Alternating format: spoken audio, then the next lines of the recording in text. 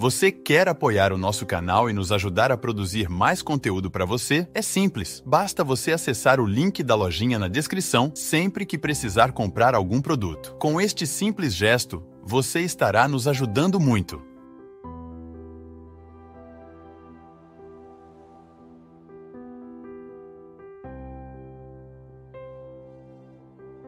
Já escutei muita gente fazer essa pergunta que a alguns pode parecer boba, mas é um conflito para muitas pessoas. Padre, uma pessoa quando pede a intercessão de um santo para salvar a vida de uma pessoa querida, e em troca ela promete se dedicar inteiramente à vida religiosa como freira, porém a graça foi alcançada e ela não se tornou freira, e depois de um tempo se casou, teve filhos, não cumpriu o que prometeu naquele momento da dificuldade, e hoje ela percebe que nada está dando certo na vida dela. Eu pergunto, padre, tudo isso que está dando errado, essa frustração, é porque ela não cumpriu a promessa feita? Espero que o senhor tenha condições de me dar uma resposta para esse questionamento. Gente, primeira coisa, nós precisamos retirar do contexto da nossa vida religiosa essa visão mercantilista das promessas. Eu acho muito cruel quando a gente coloca Deus numa cilada dessa. Primeiro, que promessa que nós precisamos fazer? Que promessa que nós precisamos fazer a Deus todos os dias? É uma só. É que o nosso cristianismo seja cada vez mais puro. Que a gente se livre dos excessos e que a gente seja cada vez mais parecido com Jesus. É só isso que importa. Se você tem uma devoção ao santo, só tem sentido de ter essa devoção se for para essa devoção lhe ajudar a ser mais parecido com Jesus. Senão ela é um excesso. Então, minha filha, as coisas dão errado para nós quando nós não somos coerentes com aquilo que escolhemos. Se essa menina prometeu ser freira para que Deus lhe fizesse um favor, e Deus fez o favor e ela não foi ser freira, e a gente acha que agora tudo está dando errado na vida dela, porque Deus está castigando, nós estamos atribuindo um defeito muito sério a Deus. Ou então nós estamos até negando o mistério da redenção, que Deus nos perdoa sempre. É interessante isso. Nós não podemos acreditar que uma promessa feita e não cumprida possa retirar a capacidade que Deus tem de nos perdoar. É igual, deixa eu até ver o nome dele aqui. Eu achei muito interessante. Eu encontrei um rapaz no aeroporto de Belo Horizonte. Ele estava pronto para embarcar. Jorge. E o Jorge veio falar para mim assim: padre, eu preciso que o senhor me ajude. A minha namorada Thaís é católica e eu sou espírita. E eu gostaria muito que ela entendesse que não há diferença entre nós dois. Aí eu falei assim: calma aí, Jorge. Não há diferença de quê? Qual a diferença que você acha que não existe? Religiosamente falando. Eu falei: mas claro que existe uma diferença. Você é espírita, ela é católica. Vocês podem muito bem conviver de maneira harmoniosa, respeitando a religião um do outro, mas vocês têm duas posturas teológicas muito diferentes. Como assim, padre? Sim, se você acredita na reencarnação, nessa necessidade de voltarmos aqui para purificar os erros do passado, você não acredita na redenção que Jesus realiza. Não é assim? São duas teologias muito diferentes. Você tem todo o direito de ser espírita, você tem todo o direito de acreditar no que na maneira como você acredita, mas você não pode se dizer que você é católico também. Tem que ter uma capacidade de distinguir, são duas teologias diferentes. Aí eu comecei a explicar para ele que quando Jesus nos salva, Ele nos salva totalmente. Não fica nada para trás para eu depois ter que consertar depois. Aí ele: padre, é verdade. Então são duas teologias diferentes. Eu vou voltar para casa, vou fazer a minha convivência ser cada vez mais saudável, mas eu tenho que admitir que existe uma diferença. Existe. Se eu não acredito que Deus possa me perdoar e me lavar de todas as minhas faltas de uma vez por todas, eu não posso dizer que eu sou um cristão católico, porque o cristianismo católico, a teologia católica diz que Deus nos purificou de uma vez por todas em seu Filho Jesus. O mistério da redenção nos lava, nos purifica. Então, se eu pego uma história dessa aqui e me sinto tentado a acreditar que Deus está me punindo porque eu não cumpri uma promessa que eu fiz, eu estou negando a capacidade que Deus tem de me perdoar. Eu estou negando a redenção de Cristo na minha vida. Meu Deus, se eu, através de uma confissão, não posso consertar com o meu sacerdote, com o legítimo representante de Cristo na história, uma promessa absurda que eu fiz no passado, então para que serve o sangue derramado na cruz? Não é essa liberdade que a carta aos Gálatas nos fala, minha gente? Dessas práticas religiosas que nos amarram? Você que está aí com a consciência pesada porque não cumpriu uma promessa, que promessa foi essa? Tem um bom senso nessa promessa? Se você prometeu que seria um bom filho, então você não pode negar essa promessa. Você tem que levá-la até o fim. Por quê? Porque isso é cristão. E Deus vai lhe ajudar. No momento em que Ele lhe perdoa quando você erra, Ele está lhe motivando, Ele está lhe capacitando a ser um bom filho. Eu prometi andar de joelhos 1 quilômetro. Isso vai fazer diferença na sua vida? Na sua conversão? Tudo bem, se faz diferença, se isso interfere na sua vida, então pague a promessa. Agora, se você chega à conclusão de que a libertação que Jesus realizou na história toca também a minha possibilidade de mudar, então ao invés de andar 1 quilômetro de joelhos, eu vou andar alguns passos na direção de alguém que eu preciso pedir perdão. Talvez tenha muito mais efeito no seu coração e no coração de Deus do que você andar 1 quilômetro de joelhos. Eu não estou relativizando as promessas. Eu estou querendo que você pense o significado delas. Nunca pense as promessas que você faz dissociando do mistério da redenção de Jesus. Às vezes, minha gente, a promessa que muda a nossa vida é essa. Eu vou deixar o álcool.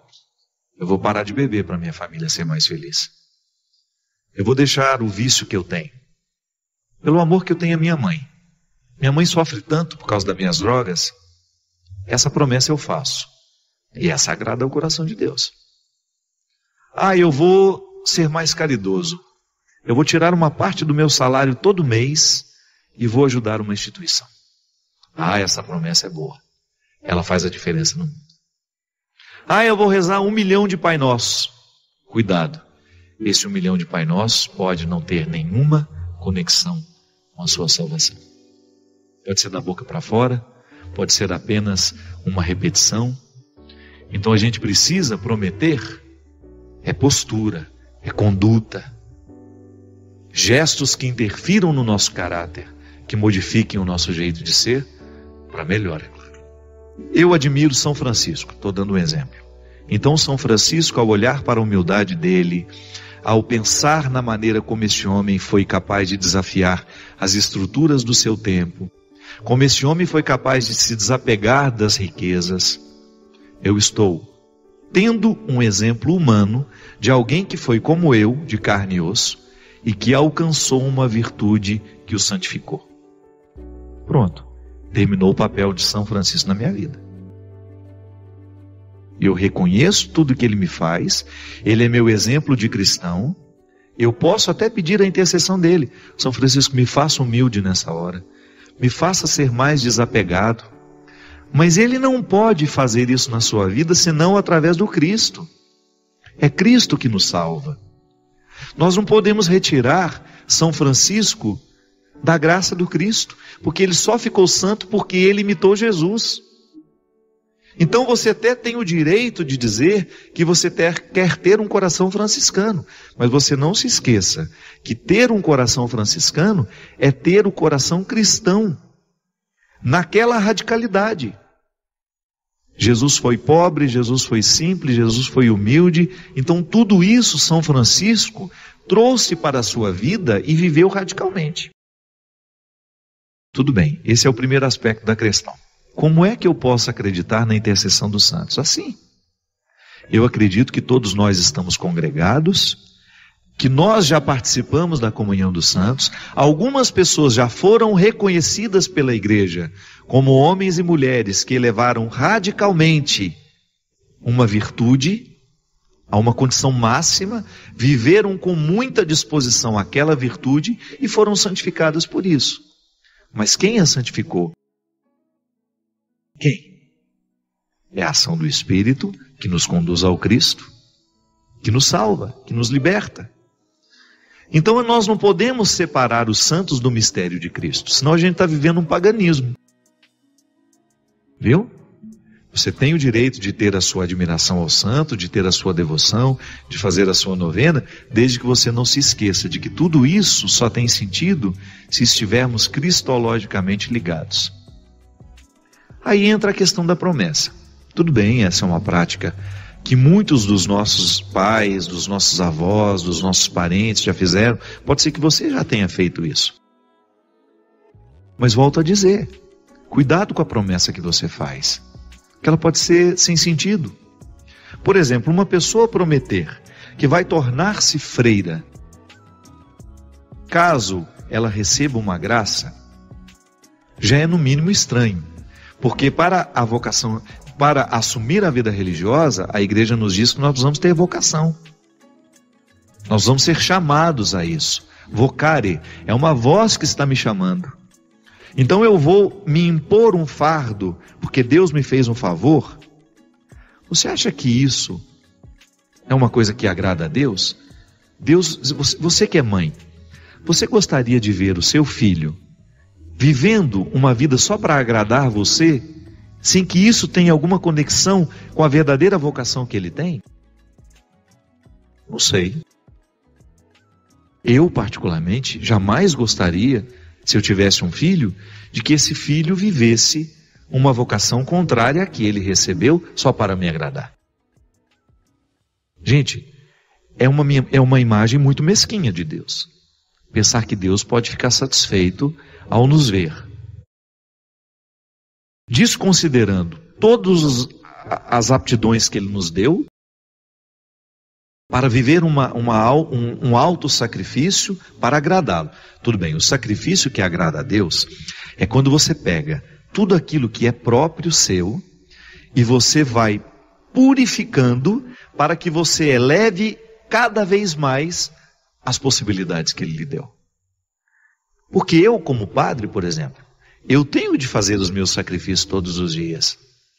Esse é o sacrifício que agrada a Deus, quando eu estou vivendo a coerência do que Ele me deu e estou buscando cada vez mais purificar as minhas escolhas.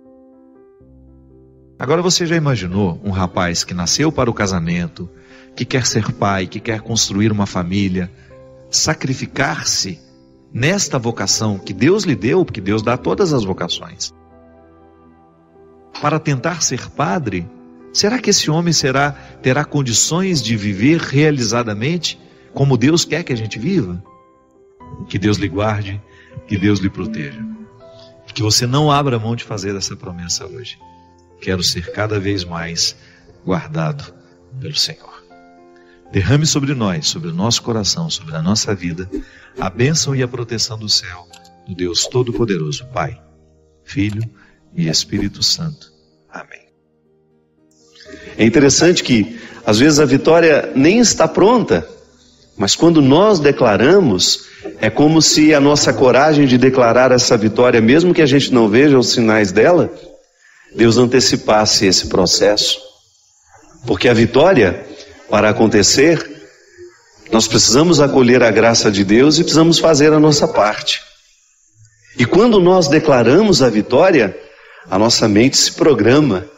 É como se ela se permitisse viver aquilo que nós já proclamamos. Porque o estado de fracasso, minha gente, ele tem um poder assolador sobre nós. Quando nós alimentamos, sabe, no dia a dia, você sabe o que eu estou dizendo? Porque isso é muito comum na nossa vida. quando as coisas começam a dar errado, quando não acontecem de acordo com a nossa expectativa, com aquilo que a gente havia planejado. É natural que a gente se sinta, talvez não fracassados, mas a gente se sinta frustrados. A frustração faz parte da vida humana. Mas a frustração, quando ela não é trabalhada para a gente poder superar, né? Porque é natural que a gente se frustre, mas não é natural que a gente permaneça muito tempo frustrado. A gente já falou aqui tantas vezes da capacidade humana de superação, né? A gente vê tantas pessoas sendo capazes de superar as dificuldades da vida, e a gente se entusiasma a ser capaz também. É a força do testemunho do outro na nossa história. Por isso que é tão bom a gente ouvir o testemunho de alguém que conseguiu, de alguém que passou por dores semelhantes a nossas e foi além, não ficou parado nelas. Antes de subir ao palco, tive a oportunidade de conhecer a Ângela. A Ângela estava preparando com o filho dela a formatura tão esperada daquele menino. Um menino esportista, atleta, que sempre cuidou da saúde, que sempre cuidou de si mesmo. Naquela manhã, tomando café com a mãe, feliz por ter conseguido vencer a vida, vencer todas as dificuldades que são próprias da vida de um estudante. E naquele dia ele celebraria a sua vitória na faculdade, iria se formar. Mas a vida não permitiu que isso acontecesse. Na hora do almoço, quando Ângela voltou, tomou café com o rapaz, foi ao salão, foi preparar-se também, e quando voltou na hora do almoço, encontrou o filho morto dentro do banheiro. Depois de investigar as causas da morte, uma parada cardíaca, um infarto fulminante, tão comum nos jovens de hoje, né? Um menino de 24 anos, que às vezes o problema do coração a gente tem e não sabe. A gente, muitas vezes, estamos saudáveis e nos falta uma investigação. O check-upzinho faz bem a todo mundo, a quem tem saúde, sobretudo, também, para a gente poder identificar o que está errado dentro de nós. Infelizmente, não deu tempo de descobrir que alguma coisa estava errada no coração daquele menino. Mas o grande testemunho da Ângela foi justamente me dizer, entre lágrimas: Padre, eu sinto muita saudade dele. São 7 meses. Gente, e logo 30 dias depois da morte do filho, morreu também a mãe. Então ela perdeu 2 grandes vínculos. Perdeu o filho, perdeu a mãe. Deixou de ser mãe e deixou de ser filha num espaço de 30 dias. Se a gente for pensar, causas suficientes para que essa mulher pudesse dizer: eu sou uma fracassada, a minha vida não tem mais sentido. E quando ela veio me pedir para rezar por ela, ela não falou nada disso. Ela só me disse que dói demais. E sustentada pela fé que tem na ressurreição, me disse: não tenho nenhuma revolta, Padre. Não fico pensando que Deus foi injusto comigo, não, nada disso me ocorre. O que me ocorre é a saudade. Reze por mim, Padre, para que eu seja capaz de tolerar essa saudade, de colocar dentro do meu coração a vida em ordem. Esse testemunho mexeu comigo, mexeu com muita gente que assistia a nossa palestra no domingo. E nunca é tarde, nunca é demais a gente repetir, e nunca é tarde para a gente reviver. O testemunho de uma pessoa que foi capaz de superar a sua perda, que foi capaz de superar o seu fracasso, e que não permitiu que aquele fracasso se instalasse como um proprietário da alma da gente. Porque o que às vezes acontece é isso. Eu sempre gosto de dizer que se todos os dias a gente não faz uma faxina antes de dormir, sabe, uma faxina espiritual mesmo, emocional, afetiva, se a gente não faz uma limpeza daquilo que nos poluiu, porque todos os dias a vida nos polui, com aquilo que acontece, com aquilo que a gente vê que aconteceu na vida do outro, porque nós não somos indiferentes. Se você assiste ao noticiário todos os dias de manhã, você já tem motivos para passar um dia lamentando. Se você assiste aos noticiários da noite, você tem motivos para perder o sono. Mas essa é a postura cristã? Será que a nossa indignação que nós devemos ter quando a gente vê uma coisa ruim acontecendo passa em assumir o fracasso que aquele acontecimento nos traz? Não. A indignação não é fracasso. A indignação é a gente se posicionar sabendo que o mundo não tem de ser assim. Não é natural que uma pessoa mate a outra, não é natural que a gente seja injusto, não é natural que a gente vá fazer uma coisa ruim ao outro, como tantas vezes são noticiadas. As notícias, o conteúdo das notícias que nos chegam, estão recheadas de traição, de injustiça, de impunidade, de assassinato, de ódio, roubo. A gente fica indignado porque o mundo não tem de ser assim. Mas qual é o papel dessa indignação? Provocar dentro de nós o desejo de fazer esse mundo ser diferente, então, a partir da parte que nos cabe. Como a Ângela fez. A Ângela, ao sentir a dor de perder um filho e de perder a mãe, ela resolveu recrutar tudo que a fé havia dado ela ao longo da vida.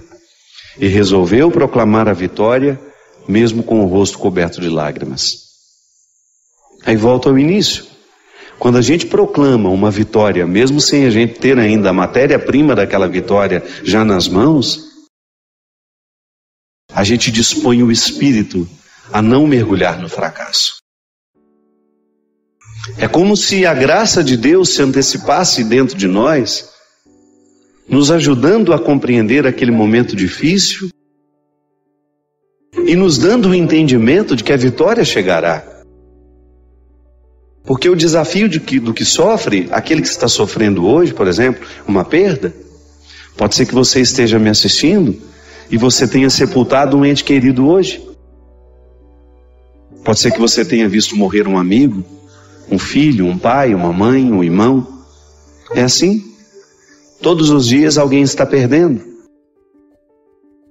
Mas a graça de Deus hoje pode lhe visitar, não lhe retirando essa saudade, porque esse é um processo humano.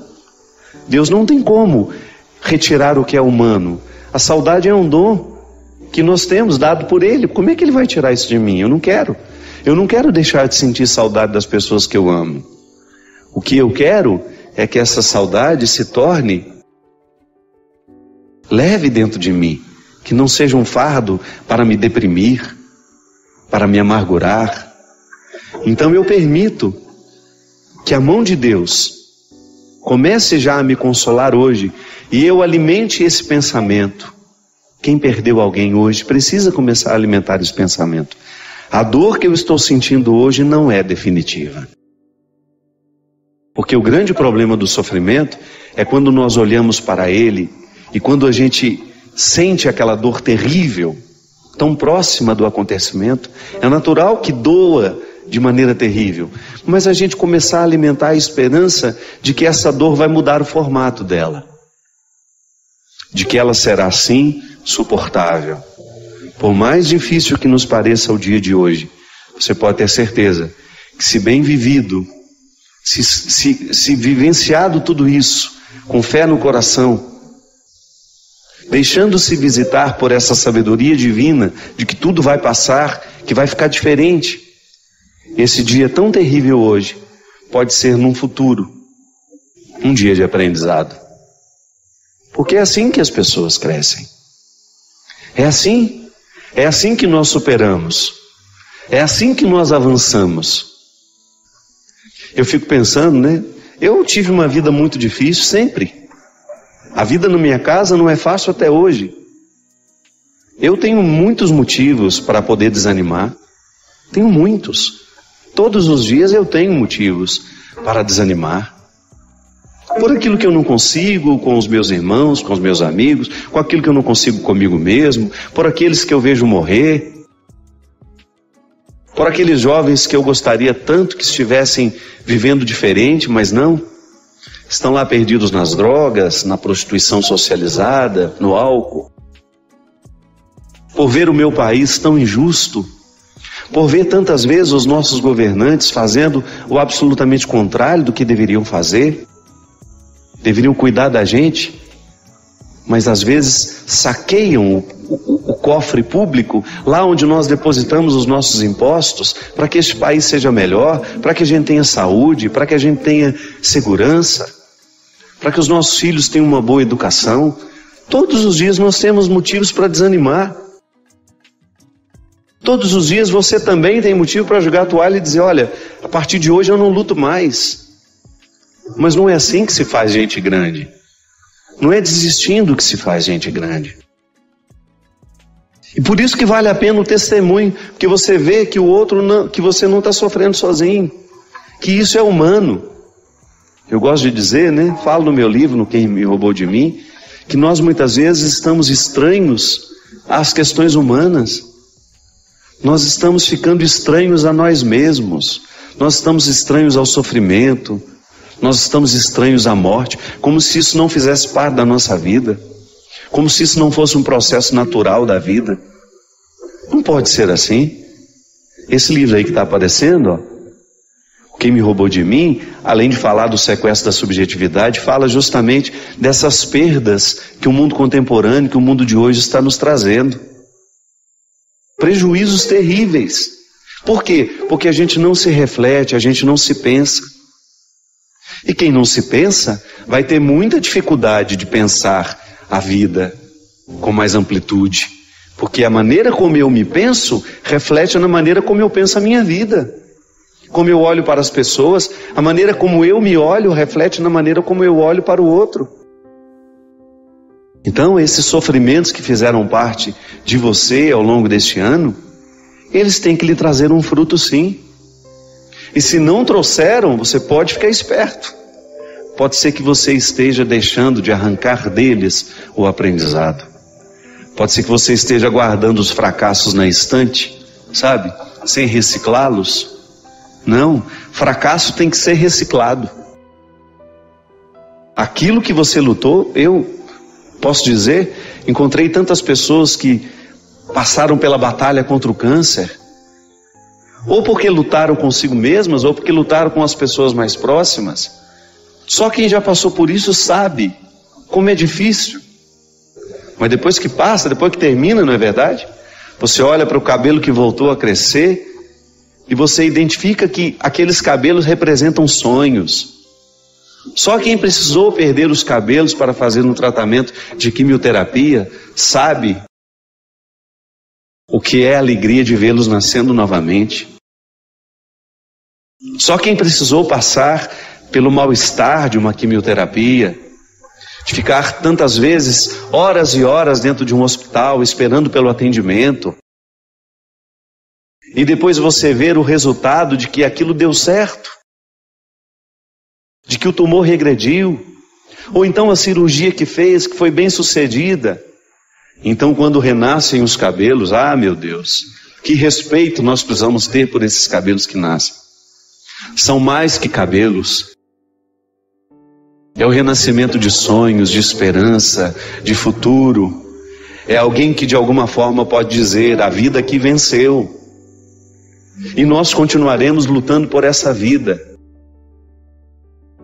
Porque só quem se viu nesse limite, nesse limiar estreito entre vida e morte, saberá identificar o quão a vida é preciosa. E deixaremos de reclamar menos. Reclamaremos menos. Porque um dia a gente viveu esse limiar e a gente sabe muito bem. Há 3 meses que eu estou lutando, com um problema que eu tive nesse ouvido esquerdo. Há 3 meses eu não sei o que é silêncio. Eu que gosto tanto. Então às vezes eu acho que eu vou ficar louco com um barulho que não termina dentro do meu ouvido. Eu tive uma pequena perda de audição, provocada não sei porquê, sei lá. São tantos os motivos que podem provocar aquilo que eles chamam de surdez súbita. O que é a surdez súbita? Quando você de repente acorda com um barulho no seu ouvido, você vai e faz uma audiometria, que é um exame que mede a audição. Aí eu descobri que eu perdi 3 frequências graves. Nem fazem falta. Poderia viver perfeitamente sem elas. Até o doutor Daniel, que tem me acompanhado, me disse, padre, é um diagnóstico muito bom. Depois outros médicos, amigos meus também, doutor Vianney lá em Petrópolis, que eu tive a oportunidade também de conversar, de passar por ele, fui tão bem atendido por ele, Todo mundo dizendo, o diagnóstico é muito bom. Quando se perde frequências graves, se recupera praticamente tudo novamente. Só uma questão de tempo. Mas o problema, minha gente, não é essa bendita frequência grave que eu perdi, não. O problema é conviver com esse barulho, esse zumbido dia e noite. Sabe quando você deita para dormir cansado e você não consegue dormir porque aquele barulho te perturba, te perturba, te perturba. E ontem, graças a Deus, eu tive assim um dia tranquilo. Foi o primeiro dia em que eu posso dizer que o zumbido não ficou o tempo todo. Foi o primeiro dia em que eu tive a oportunidade de voltar a saborear alguns momentos de silêncio. Ele não foi embora, está aqui. Vai, volta, fica baixinho, fica mais alto. Mas ontem, Deus, eu vivi um dia inteiro naquele silêncio que eu gosto, que me faz bem. Você não pode imaginar de como eu valorizei aquilo. Você não pode imaginar de como para mim foi gratificante ter a oportunidade de valorizar uma situação que às vezes passa despercebido, porque eu me acostumei com ela. Então, como agora eu estou tendo de conviver com um barulho no meu ouvido, e se Deus quiser, vou dar um jeito de curar isso, né? Ou pelo menos diminuir isso, para eu não ficar louco, né? Senão a gente fica louco, a gente não consegue se concentrar, tudo fica mais penoso, a gente fica mais cansado, menos paciente com as coisas.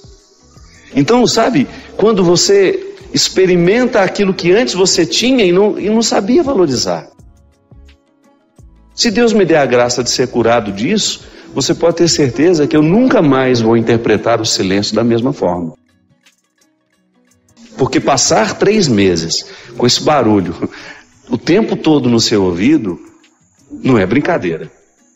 Então, quando eu tiver a oportunidade, como eu tive ontem, temporária, mas tive, de voltar a experimentar o silêncio, eu quero saborear aquilo com todas as forças da minha alma. Porque para isso serve o sofrimento. Por isso que eu estou lhe dizendo, o que lhe aborreceu ao longo desse ano? O que foi penoso para você? Eu dei meu testemunho, falei o testemunho da Ângela, a minha história é tão pequenininha, perto de tantos sofrimentos que a gente teve. A gente teve a Célia, nossa amiga aqui, que trabalha conosco, que enfrentou o ano passado, um pouco esse ano também, né, Célia? Ainda na continuidade do tratamento, né? 2010, 2011, continua em tratamento. A Célia sabe, nós vimos quando os cabelos da Célia caíram e depois vimos a alegria quando nasceram. Está aqui, trabalhando, feliz da vida, levando a mãe dela por onde vai, com amor, com carinho. Mostra a Célia para nós, essa menina tão especial, tão cheia de Deus, que foi um testemunho para nós aqui, para quem esteve ao lado dela. Obrigado por se juntar a nós nesta jornada. Queremos ouvir suas reflexões. Deixe seus comentários, inscreva-se para mais conteúdo e convide amigos a embarcarem nesta jornada conosco.